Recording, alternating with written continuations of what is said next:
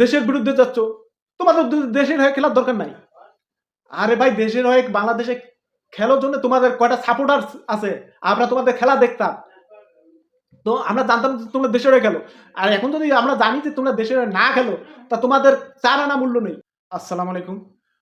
গত কয়েকদিনের মধ্যে যে সবচেয়ে আলোচিত ঘটনাটি, সেটি হচ্ছে আমাদের দেশের ক্রিকেটার মুস্তাফিজুর রহমানকে শুধুমাত্র বাংলাদেশি ক্রিকেটার হওয়ার কারণে আইপিএল থেকে বহিষ্কার করা হয়েছে। অর্থাৎ ভারতীয় ক্রিকেট বোর্ডের সরাসরি বিরোধিতা এবং হস্তক্ষেপে কেকেআর মুস্তাফিজুর রহমানকে কিনলেও শেষ পর্যন্ত দল থেকে বাদ দিতে বাধ্য হয়েছে। এ নিয়ে স্বাভাবিকভাবে বাংলাদেশের মানুষের মাঝে একরকম ক্ষোভ বিরাজ করতেছে। বিভিন্ন জনে বিভিন্নভাবে ভারতীয় এই নগ্ন হস্তক্ষেপের নিন্দা জানিয়েছে, কেউ বা সোশ্যাল মিডিয়ায়, কেউ বা পেপার পত্রিকায়, কেউ বা রাজনৈতিক অঙ্গন থেকে।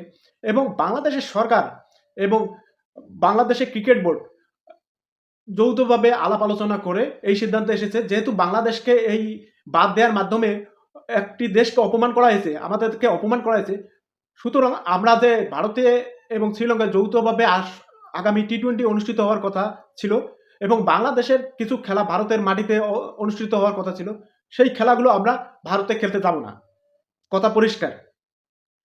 তো এ নিয়ে বাংলাদেশের ক্রিকেট বোর্ড আইসিসিতে একটা চিঠি দিয়েছে যে আসন্ন টি-20 বিশ্বকাপে আমরা ভারতের অনুষ্ঠিত যে খেলাগুলো, আমরা এগুলো শ্রীলঙ্কায় খেলতে আগ্রহী।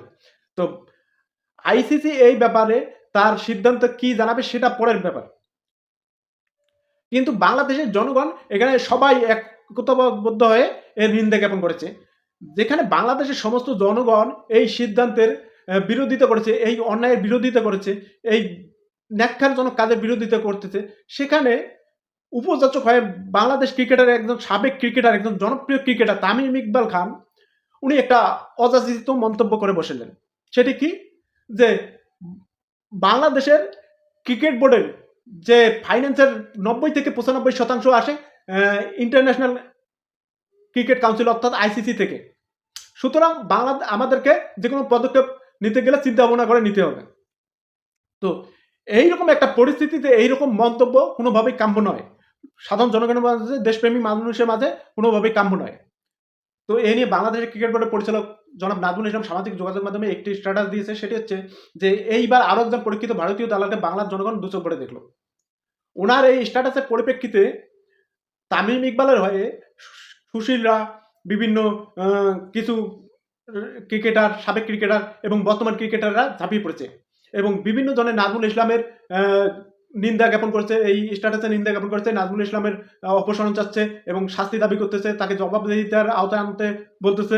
আরে ভাই থামো, তোমরা যে নাজমুল ইসলামের ইয়ে করতেছো, শাস্তি দাবি করতেছো, তোমরা তার আগে বলো তোমরা কয়জনে মুস্তাফিজুর রহমানকে বাদ দেওয়ার নিন্দা জ্ঞাপন করে স্ট্যাটাস দিয়েছো? তোমাদের ভিতরে কি দেশপ্রেম নেই? আগে আমরা জানতাম যে ক্রিকেটাররা দেশের জন্য খেলে, এখন তো দেখতেছি তোমরা টাকার জন্য খেলো। আরে ভাই, তোমার তামিম ইকবালের, তোমরা যার হয়ে তেল দিচ্ছ, তামিম ইকবাল বোর্ড পরিচালক, যেখানে যেখানে পরিচালক না খেলার সিদ্ধান্ত নিয়েছে, সেখানে কি তামিম ইকবাল কি পরিচালক হয়ে গেছে? তার ফাইন্যান্সের বোর্ডের টাকা কই থেকে আসবে, ফাইন্যান্স কই থেকে আসবে, সেটা কি তামিম ইকবাল কি বোর্ড পরিচালক হয়ে গেছে যে তার সেটা চিন্তা করা লাগবে? সে কেন উপযাচিত হয়ে এই স্ট্যাটাস দিয়েছে, স্ট্যাটাস দিল, এই কথা বললো যে যে ফাইন্যান্স আছে কি আইসিসি থেকে আমাদের যে কোনো সিদ্ধান্ত নিতে হবে, ইয়ে করতে, চিন্তা ভাবনা করে সিদ্ধান্ত নিতে হবে। তার মানে কি তোমরা খেলতে যাবা? দাও। তোমরা যদি দেশের, যতক্ষণ তোমরা দেশের হয়ে খেলো অতক্ষণ তোমাদের সম্মান আছে, অতক্ষণ তোমরা খেলতে যাইতে পারো। তোমরা যদি দেশের হয়ে না খেলো, তাহলে তোমাদের ৪ আনা মূল্য নেই। দেখো আইপিএলে তোমরা কয়জন চান্স পাও? অতীতে পেয়েছিল মাশরাফি, ভালো খেলেছে জন্য মাশরাফি চান্স পেয়েছে এবং মুস্তাফিজুর রহমান চান্স পেয়েছিল। তো দেশের হয়ে বাংলাদেশে যতক্ষণ খেলতে থাকবে অতক্ষণ হয়তো ২-১ জন ভালো খেলার জন্য চান্স পেতে পারে। আর যদি দেশের হয়ে না খেলো, তোমরা কয়জনে ভারতীয় যাও, ভারতীয় ক্রিকেটে খেলো, কয়জনে আইপিএলে চান্স পাও, কয়জন ভারতীয় জাতীয় দলে চান্স পাও, যাও।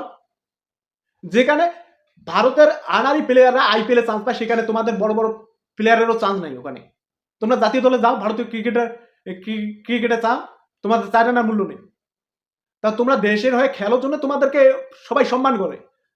তোমরা দেশের স্বার্থটা, খেলার আগে দেশের স্বার্থ দেখবা, তারপর খেলবা। সেখানে খেলা থাকলে খেলবা, না থাকলে না খেলবা। তোমাদের স্বার্থটাকে প্রাধান্য দিয়ে যদি তোমরা এই দেশের এই সময়ে যদি এই কথা বলো, তাহলে তোমার দেশের হয়ে খেলার দরকার নাই, ছেড়ে দাও। তোমরা বোর্ডের চুক্তিবদ্ধ ক্রিকেটার হয়ে যদি বোর্ডের পরিচালকের বিরুদ্ধে কথা বলো, সেখানে তো তোমরা তো গুরুতর অন্যায় করেছো। তোমরা একদম বেতনভুক্ত ক্রিকেটার। বোর্ড যে সিদ্ধান্ত নেবে সেই সিদ্ধান্ত তোমাদের মাথা পেতে নিতে হবে।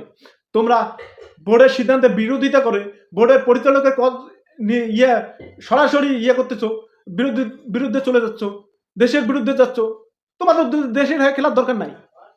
আরে ভাই, দেশের হয়ে বাংলাদেশে খেলার জন্য তোমাদের কয়টা সাপোর্টার আছে, আমরা তোমাদের খেলা দেখতাম। তো আমরা জানতাম যে তোমরা দেশের হয়ে খেলো।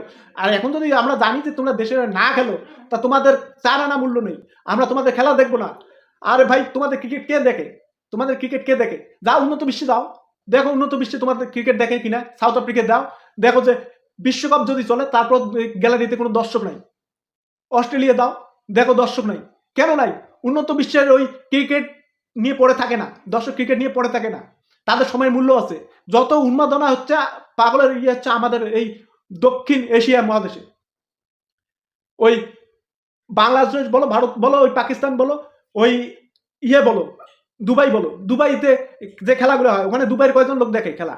ওখানে সব দেশ যায়, দেখো প্রবাসী। আমাদের এই বাংলাদেশ থেকে যাওয়া, ভারত থেকে যাওয়া, শ্রীলঙ্কা থেকে যাওয়া, পাকিস্তান থেকে যাওয়া প্রবাসীরাই ওখানে খেলা দেখে। ওখানে স্থানীয় লোক দেখে না। উন্নত বিশ্বের লোক তোমাদের ক্রিকেট দেখে না। তোমরা যতক্ষণ দেশের হয়ে খেলো অতক্ষণ তোমরা সম্মান পাও। তোমরা যদি দেশের হয়ে না খেলো, তোমাদের 4 আনা মূল্য নেই। তো তোমরা এই পরিচালকের বিরুদ্ধে সবাই দাঁড়িয়ে গেছো, তেল মারতেছো তামিম ইকবাল খানের হয়ে।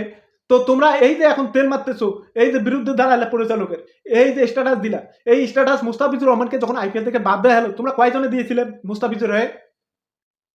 লিটন দাস বলো, তোমরা তাইজুল ইসলাম বলো, যত ক্রিকেটার আছে কয়জনে দিছে? কয়জন দিয়েছে যে মুস্তাফিজের পক্ষে দাঁড়াইছে?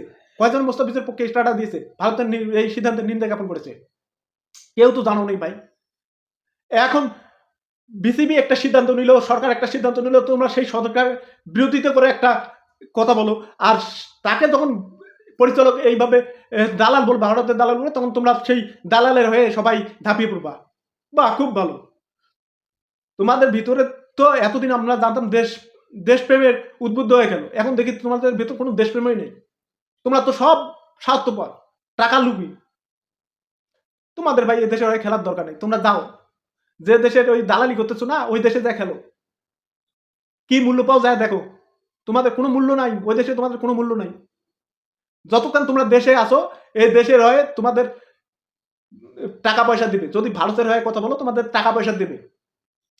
সেটা হবে গোয়েন্দাগিরি করার জন্য, স্বার্থ হাসিলের জন্য। ওই দেশে দাও, কোনো মূল্য নাই। ওই দেশে তোমাদের কোনো মূল্য নাই। যতক্ষণ তোমরা বাংলাদেশে আসো, বিভিন্ন কারণে হলো, তোমাদের যদি ভারতের স্বার্থের কারণে তোমাদের সম্মান করবে।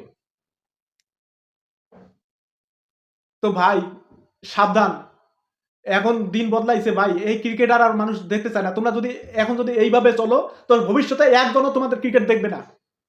বাংলাদেশের জনগণ আগামীতে ফুটবলের দিকে ঝুঁকবে। যদি ফুটবলাররা দেশপ্রেমিক হয়, ভালো হয়। কিন্তু তোমাদের এই খেলা দেখে একমাত্র দেশপ্রেম থাকার কারণে দেখতো।